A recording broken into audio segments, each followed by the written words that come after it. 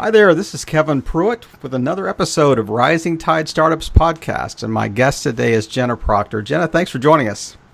Thank you so much for having me. So give me just a kind of a quick bio. Give me the 1 or 2 minute, who is Jena Proctor? Yes, okay, so I am, first and foremost, I am a wife to my high school sweetheart, and we have 2 little girls, so I am wife and mom first, and then beyond that, I was in education for almost 7 years. I was an elementary school teacher, have a master's in education, and I'm putting it to really good use running my own business. I'm a Pinterest strategist now, so I wanted to have some more freedom to be with my family and have the flexibility to be there for them when they needed me. Finding a substitute teacher is a lot harder than people think. Preparing to be out of your classroom when your family needs you is actually harder than just showing up when you're sick yourself. So I wanted that level of flexibility that teaching really doesn't have these days. So I started my business, and that's kind of what led me here. Well, I actually come from a family of educators. I married one, both parents are, grandparents were, so yeah, I fully understand and it's interesting. I mean, my wife and I were having a conversation last night about her taking some time off this summer, and she said the problem is that it takes so much time to prepare for being gone. That, it really does. And it's like 2 full-time jobs. It's like really 2 full-time jobs. So tell me, there's a little interesting story about the transition from your teaching career to the business career. So I was reading a little bit on your website about that transition. You want to expound on that a little bit? Yes. So I quit teaching for a little while after we had our youngest. I finished up that school year after she was born in March, and I took off until she was almost a year old. And then I went and taught in another county for a little while.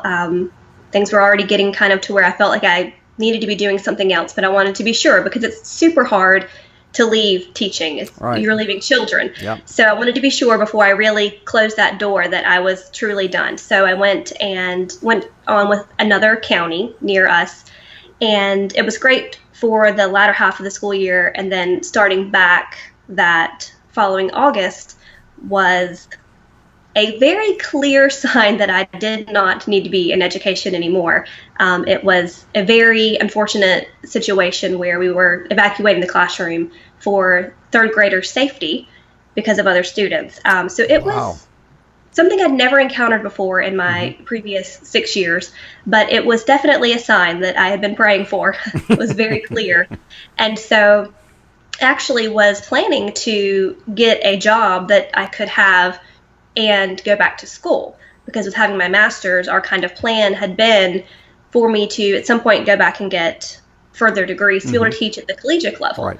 And so that was kind of the original plan when I quit, and absolutely nothing panned out. It did not work out at all. Could not find a job that would even be enough to then have to put our children in full-time care. And so I said, you know what, this is not the route that I'm supposed to take. So I then thought about my skills that I'd had. I was in an MLM for 3 years previously, so I had, some talent and understanding of social media marketing and things like that. And so I said, I can do something from home. I can help other women run their businesses and be in the background, and that's how it started. I was a virtual assistant starting in October, November of 2016, and then after discovering Pinterest, I just ran with that because it made sense to me. Instagram and hashtags and that's just, I can't get the perfect selfie. That's not how I am. So those other platforms didn't really work with me very well. Right. And so I saw the way that Pinterest could be used beyond where most people were using it for blogging. It could be used for any type of business that had a website to drive traffic to it. And it would be, the life that you get out of it is so much longer than posting a piece of content on Instagram and Facebook where you're looking at 45 minutes to an hour.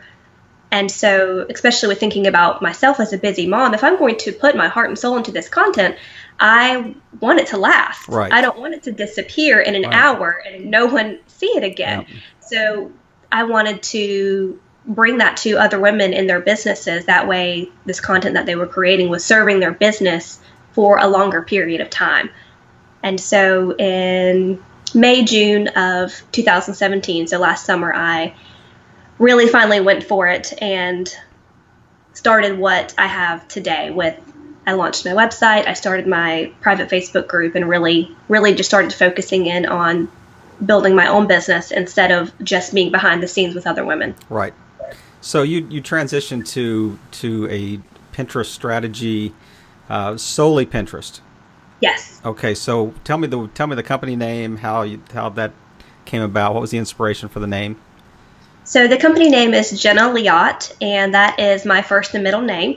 And really, it was just wanting the flexibility to go in whatever direction my business led me. I didn't want, already making the transition from being a virtual assistant to being a Pinterest strategist was a name change, so to speak, in the business world. So I wanted to make sure that I was open to whatever direction I would choose to go in the future.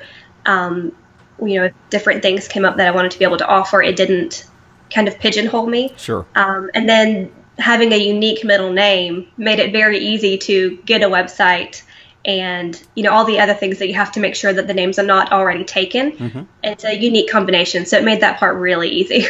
So I think you're the first person, I'm 54 years old. I think you're the first Liat I've ever met. So I wouldn't doubt it. Where did the name come from? I think that my mom told me that it was one of the characters in the movie South Pacific. Oh, wow. I think so. Okay. That'll be a good research project later. So yeah, we can do that with homeschool kids. So tell me, so you transitioned from being a teacher to being a virtual assistant. Were you doing this on your own, or were you with a company that had virtual assistants, or how did that? I have always been on my own. Okay. So you found someone that needed a virtual, so you just offered the services, or you knew somebody that was looking for one and you said, hey, I can do this? I started out just solely hanging out in Facebook groups, and when people would post that they were looking for a virtual assistant, I would reach out to them. I had a lot of people tell me that I stood out because I actually followed up with them. Oh, wow. Where they would get all of these responses and get overwhelmed, and I would, offer to hop on a phone call with them, or when I didn't hear back in a couple of days, I would circle back and say, hey, I know that you got a lot of response. I wanted to, check and see if you found anyone. So that was a lot of the ways that I got my first few clients, was the fact that I was persistent. And one of these companies or these individuals that you were a virtual assistant for, you started doing their Pinterest? Yes. You were working solely on like their promotion through Pinterest, or how did that happen? One of my very first clients was a food blogger, and she came to me one day and she said, look, I bought this $400 Pinterest course. I just don't have time to go through it and then, do everything that it's telling me to do to improve my Pinterest SEO. And so I want you to go through it and then do all the things that they tell you to do. And so that is how it all began. Okay. The training was a very good training. I learned a lot. And then, being able to take it and apply it to her account and see that it worked.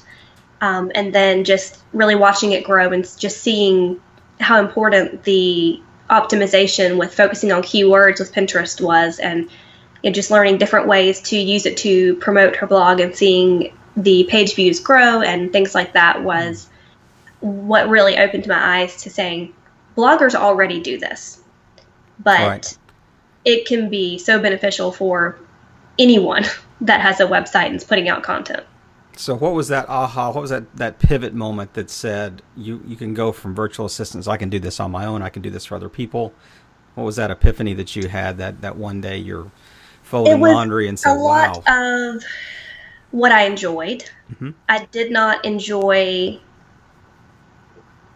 the extremely social part of Facebook and Instagram. I am naturally an introvert. Uh-huh. It's changed a lot with being in business, but it was just the fact that you don't have to sit on your phone or on your laptop to promote your business. And again, just seeing the pins that we put out several months ago still sending so much website traffic, knowing I'm done with that. I haven't had to touch it since, and it's still serving my business. It fit me, my personality, and how I wanted to, run my business, with not being constantly feeling like it's a popularity contest and having to be in people's faces. People are searching and finding you when they are actually doing it, instead of the constant needing to post and being, make sure that the 4% of your followers are seeing you because you're posting, 6 times a day. The automation behind it was really good. So it really just fit with my personality. And I think with being an educator, maybe the SEO part of it, of thinking, I always had to think of several different ways to explain things to my students and now to my own kids. So it's kind of the same way with the keywords. You have to think of, I would search it this way. Well, how would other people search for that same information? So I just like the way that it works. It works my brain. Right. And I think that's so important. And I want our listeners to kind of camp on that. So, there are a multitude of social media options out there. And I like the way that you kind of narrowed down to one that really fits. It fits, how you're made up. It fits your makeup. It fits your how you think and how, to me, I think you will use things more if they're a better fit. Yes. In essence, you're not forcing yourself into kind of the Facebook mold or the Pinterest or the the Snapchat mold or whatever that mold may be. So tell me what do you think your lowest point would have been since you started? I mean, it's really since last summer. I mean, you probably had some ebbs and flows anyway since the beginning, but what would you say would be your lowest point in then this kind of short 9 months or so? Well, in the very, very beginning, so when I first stepped out from teaching into getting my first couple of clients, those first 2 clients I got, within a week, we had to evacuate for a major hurricane. So I had just gotten everything settled with my clients, and I was supposed to, just been working days. It'd been days. And then had to say, hey, I have to leave for a hurricane. I don't know where we're going. I don't know what the circumstances are going to be. I don't know if I'm going to have a house when we come home. I don't know where things stand for about the next week. And that was very scary, knowing that, I mean, if you have an established working relationship with people, they're going to be more understanding. But we had just started working together. They didn't know if I was just taking their money and telling them, lies. So who knew what was going to happen? Or, I mean, at that point, it was one of the worst hurricanes we've had in years and years and years. And so we really just did not know where our lives were going to stand. And it gets better from there. We survived the hurricane. Everything was fine. We come home, and there's no damage to our home. My car, we left here because we all traveled together. My car was fine, no water. And then within a couple of days, our air conditioning goes out. And then within a couple of more days after that, my husband's truck needs major work.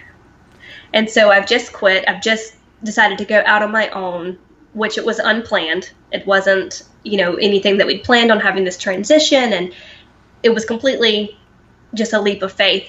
And that was probably the most stressful time I've had in my business, just because it was like, okay, was this not what I was supposed to do? It makes you second guess. Like, do I just need to go get a job because of all of this pressure?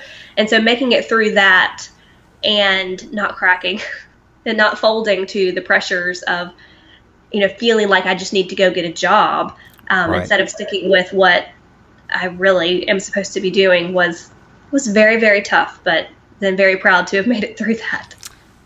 It's the old adage, what doesn't kill you makes you stronger. Is that absolutely what you've gone through? So you talked about the low moment. Tell me the highest high you've experienced since in the last, say, 9 months or so. I have done 2 launches in my business so far with programs that I have put together. And, well, I guess I've done 3. And I did a launch for a group training program that was a complete flop. And then a month or 2 later, I did it again. I'd gotten some help. I've been working with a coach. And so we really just improved everything a lot. And I was able to have a successful launch, which was huge for me because all the pieces that have to come together to make things go successfully for something like that. So really my first group training program where I created all of the materials, I'd done all of the videos, and then we also had weekly calls. It was just that first step into what I really wanted to be doing, because that is the teacher in me. Right. I love to teach other people. And so it was a defining moment where I realized that that's what I really loved to do. And so that was the direction that I was going to take my business in, with offering, teaching other women how they can use this platform for their own business. Mm-hmm. And these other, I'm assuming launch 2, launch 3 were much more successful than launch 1. The first one was for a much smaller program, and it was really more like a self-study. Mm-hmm. And then the second was the first launch of what the third did as well. And then I actually getting ready to do a launch later this month. So, and this one was going to be even better. If you had to pick out just 2 quick points that made the difference between an unsuccessful launch and a successful launch, what would you say those 2 things were, or the 2 things that you changed in the launch strategy? I would definitely say increasing my visibility during the launch was a huge difference. Just making sure that I was showing up for my community and making sure that I was emailing the people on my list about what was going on, and still providing that value. So really just making sure that they saw what was going on. Mm-hmm. I also made sure that I was communicating with people one-on-one. So just really that high level of touch of actually talking with people about it, instead of just posting and hoping that they would be interested. Really just that one-on-one relationship building. And then the next would be being much better prepared. I wrote out my emails in advance and had everything set up to run automatically so that I could focus on the visibility part of it without feeling like a crazy person having to write an email every day and be visible in my community and in other communities. So definitely the visibility and being much more prepared. Well, it's a little bit like taking a day off as a teacher. You have those lesson plans ready beforehand. So yes. It's interesting. I mean, I haven't done a ton of these podcasts, but there is a common thread through almost everyone I've interviewed that they can look back at their journey and like nothing's wasted. Like everything that has happened, whether it's good or bad, experiences, skills, education, in some way that's when they reach the time where they're launching their business, it's like a mosaic of all these life experiences together. It's like the puzzle pieces finally fit together. It really does. It definitely is like that, because I'm sitting here thinking, I have a master's degree in education. That's really serving me well. Well, it really does help me. I can see in the courses that I've been through and what I've created that there is a big difference in an educator creating a course where teaching is teaching, no matter what the content is. Right. And so with the level of scaffolding of support that an educator is going to offer is going to lead to much more success than just putting the content out there and not having that level of support and then kind of bringing them down where they can go and do it themselves. So Sure. It definitely does make a difference. And I've been able to see that it does all tie together, and Right. it's been an amazing journey to see it all come together. Well, as you were talking, I'm sitting there thinking that only an educator knows what scope and sequence means. So, and you probably have had that drilled into your brain throughout Yes. your entire educational journey. So tell me, if you could nail down, say, 1 or 2 like real pain points or obstacles that you are facing right now in your business that our listening audience may be able to speak into, that this idea of a rising tide lifts all boats. Give me the top 2 pain points that you would say you're facing right now. Definitely the number one is sales. Selling is hard for me. Mm-hmm. It just does not come naturally to me. I'm very passive. I have never responded well when people try to sell to me.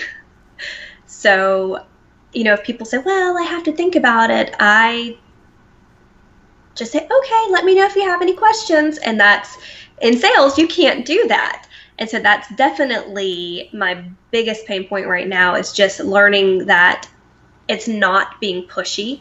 Mm-hmm. It's still trying to serve them, because Right. they're going to have hangups. They're going to have, issues that they have to work through to really feel comfortable with something new. And for most people, this is something new for them. They've not done it before, or they've not brought in help in their business to have someone, Mm-hmm. specifically handle something for them. But it's just does not come naturally to me at all. Sure. So what would be number two? Um, I mean, number right. one's a biggie. Yeah. No doubt. Right. Number one's a big. No, one could be like 1A, 1B, 1C. So, yeah. There's But so many levels there. yeah, But totally separately, writing is very hard for me. just content creation or editing, or what part of writing? Sales pages, so that goes back to the sales. But I have always been so concise with teaching children. You have about 5 seconds to really get in what the important thing is. And so, being direct and concise is how I've always been. I'm to the point. I'm not a lengthy storyteller with all the flair and, beautiful descriptions, because I taught 5th grade. They didn't care. To get it done in the moment that you had their attention. And so it's been a big transition in that aspect of, people want beautiful stories and, details, and they want to, be taken through this journey. And it's just, I have to pull it out of myself, because I'm going against what I've done for so long. And it's definitely a struggle. Well, I want to encourage you to look back at this recording after the fact, and look at the way that you've answered the questions when they've been asked. I mean, you have been concise and you have given the information, but you've also you've painted a picture. So you do have that ability. You do have that ability to tell the story and to kind of create a scene in our minds. I mean, we certainly were taken back to the classroom, where the kids were in danger. We've certainly taken back to the the evacuation route, when the hurricane hit from Puerto Rico to New York. So that it exists there. And I do want to encourage you that is that voice inside that you're listening to that says, I can teach, but I'm not a storyteller. I think you've exhibited that even within, this short, video or short interview that we've done. So it's there. It is there. It may be a latent skill, but it's there. So you've done a really good job. So let's, as we kind of wrap up, just want to dive a little deeper. Just this is what I affectionately refer to as kind of the life quad. So it's like 4 different areas of life that I want to ask you about, and remind me, because I want to circle back at the end about one more thing on this that is not on our list of questions here. But tell me, who's one person that you really look up to online that you really try to emulate or follow, or has been a real encouragement, or you've learned a great deal from? Who's that? Who would be one person that you would identify that we may know? Michelle Knight with Brand Mary. Okay. She's a business and branding coach, and she showed up in my life when things were really, really tough. I was in a training program that was just, you should be waking up at 5 o'clock in the morning to work before your children get up, and you're going to have to work at night. It was very intense, and I actually ended up leaving it because that's not what I wanted my business for. And then into my life, through a mutual acquaintance, comes this woman who is doing her live videos with her baby in the baby wearing carrier, and she's bouncing on a live video. She says, well, if I stop, he'll wake up and cry. So this is real life. And it was the fact that her business and her family, everything came together so well, and she was able to build a successful business she started when she had a newborn. And it was always her family came first, and she just ran everything so differently than what I was being told I had to do to be successful, right, that it was a breath of fresh air when I may have otherwise not quit. Sure. Or not made it. I would have quit. She was my first client that was my ideal client, exactly who I wanted to work with. And, that was an inspiration that further encouraged me to really take my business in the direction that it's going now. Right. So she's changed and shaped me and my business in multiple different ways. And you could identify with her as well. As you watch her on video. So give me is there a special life quote? A lot of us have things taped up by our computer, just, these one-line quotes, that we really want to live by, emulate, whatever. Is there something that really stands out that is a quote that you like to follow?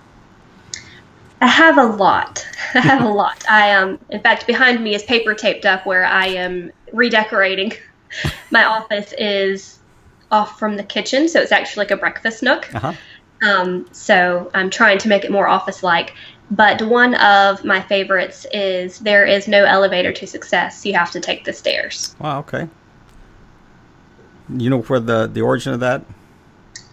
I do not. It's just one that I found several years ago, and it's stuck in my head, and I didn't grab the person that wrote it was not stuck in my memory. Okay.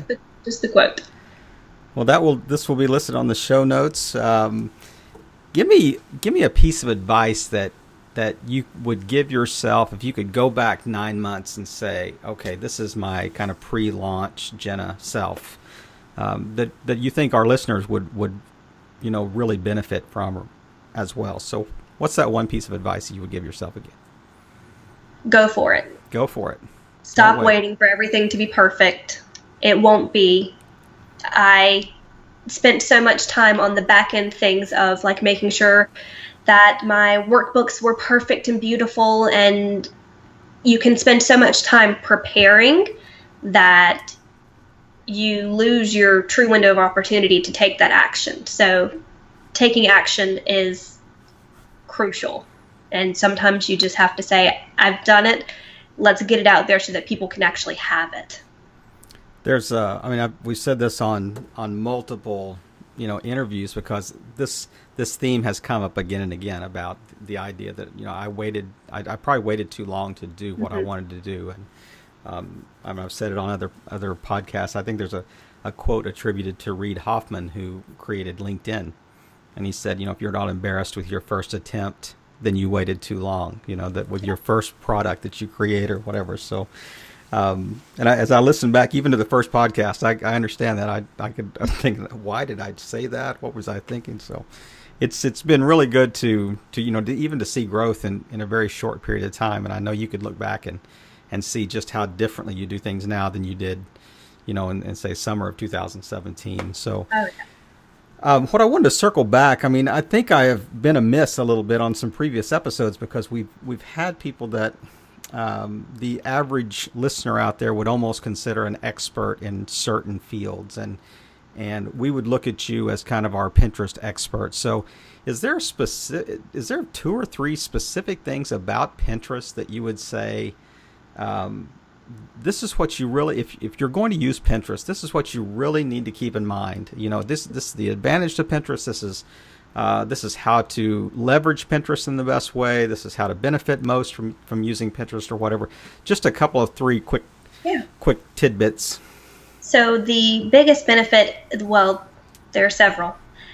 The biggest is it's a search engine. And so when you change your mindset of thinking of Pinterest as more like Google rather than Facebook and Instagram, then it changes the whole game. You think of it keyword based, which is exactly what you need to be doing. There are algorithms that come in with Pinterest, but the biggest foundational piece is making sure that you are including keywords in your pin descriptions, because that's where, when people are searching in that search bar, Pinterest will pull keywords from your pin description. Right. So definitely making sure that you have those keywords there. And I'm not talking just one or two. Generally, my format is, give a brief description, enticing them, telling them what they're going to get when they click through to your website, and then give a call to action, actually telling them to click through to your website, because there was a study that increases people actually following through and clicking if you tell them to. So definitely giving a call to action. And then I create a keyword bank for the types of content that my clients put out. And I will go and, if it's a breakfast recipe, I go back to recipes because that's where I started, and everyone can kind of relate to that. Sure. If it's breakfast recipes, I'll have a list of breakfast recipe keywords for that specific type of content. And then I will put those keywords in the pin description. And then now we've had to add on one last thing. Since Pinterest is using hashtags now, I put in maybe 2 or 3 hashtags just in case, people are starting to use those with linking the content together. So that's kind of my format for making sure that a pin is fully optimized, and that way it will show up in search. So that's the biggest foundational piece.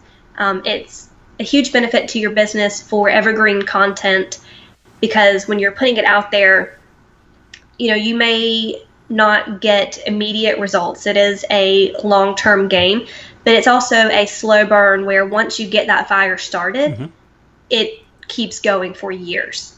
You will get people coming back to your website from a piece of content that you put out a year ago. And again, you're not having to do anything else with that. Right. It takes off with people find it on Pinterest and they pin it, and then it just expands and grows from there. With each person that pins it, it's getting more activity and more visibility. So it grows itself once you plant that seed and put it out there. And I think one key word you mentioned is evergreen. I mean, it is evergreen content, and that is not caught in a feed that just flew by, and now you've got to go through 52 other posts, and it may or may not show up or whatever. Once I was listening to a Facebook group training, and it was basically, you put out a piece of content, and, since I'm in the female entrepreneur world, the baby cries, or, someone needs you for something, or it's even that you just had a minute, on a break at work and you're scrolling through, and they may have caught a glimpse of your post and wanted to see it, but then the next time they come back, it's going to be gone. Sure. They may not ever find it again. Even if they're actively looking for it, it is very hard. Sometimes I can't even find my own post that I put out there. And so it's nice that people are constantly using Pinterest, and it's usually on the app. And so if they see something they like, they pin it, and then they have it saved there to be able to go back and look when they actually have the time to do that. Right.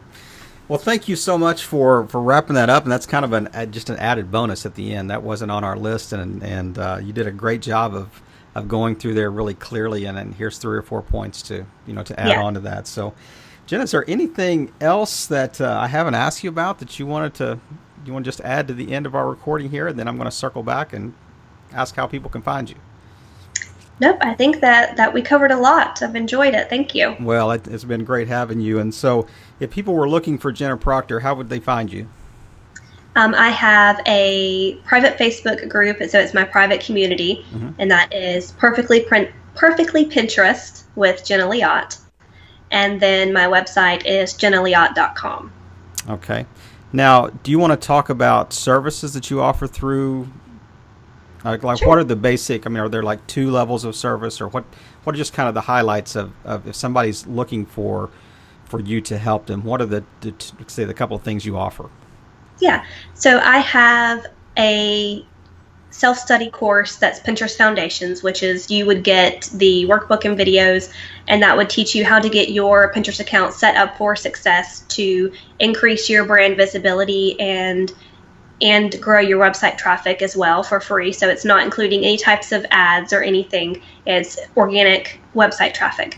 And then I offer full services where I would go in and optimize your account to make sure that everything's set up properly, and then maintain it monthly to do all the things involved to help keep it growing and really just increasing your website traffic every single month. So I have courses that I've created, and then I do offer full services. Okay. And then I have my course Pinterest for Profits, which goes through everything from getting your Pinterest account set up into what do you do with that website traffic. If they're just coming and reading your blog post and then leaving, that's not going to grow your business. So it's really going through the lead generation and, creating a funnel, getting all those kind of starting pieces set up to, use that website traffic that Pinterest is sending you to grow your business and be profitable.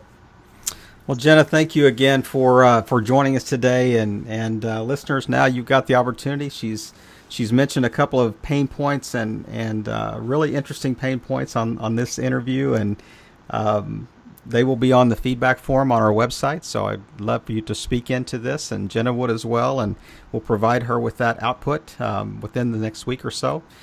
And Jena, just thank you again for taking the time this morning and joining us. It's been a pleasure talking to you and just hearing your story. And I hope our listeners, speak in great numbers to offer feedback into this. And once again, we are just wrapping up another episode of Rising Tide Startups. And just as a reminder, we like to close every show with the idea that this was designed for one thing, and that was to help all boats rise in a rising tide. Jena, thanks again.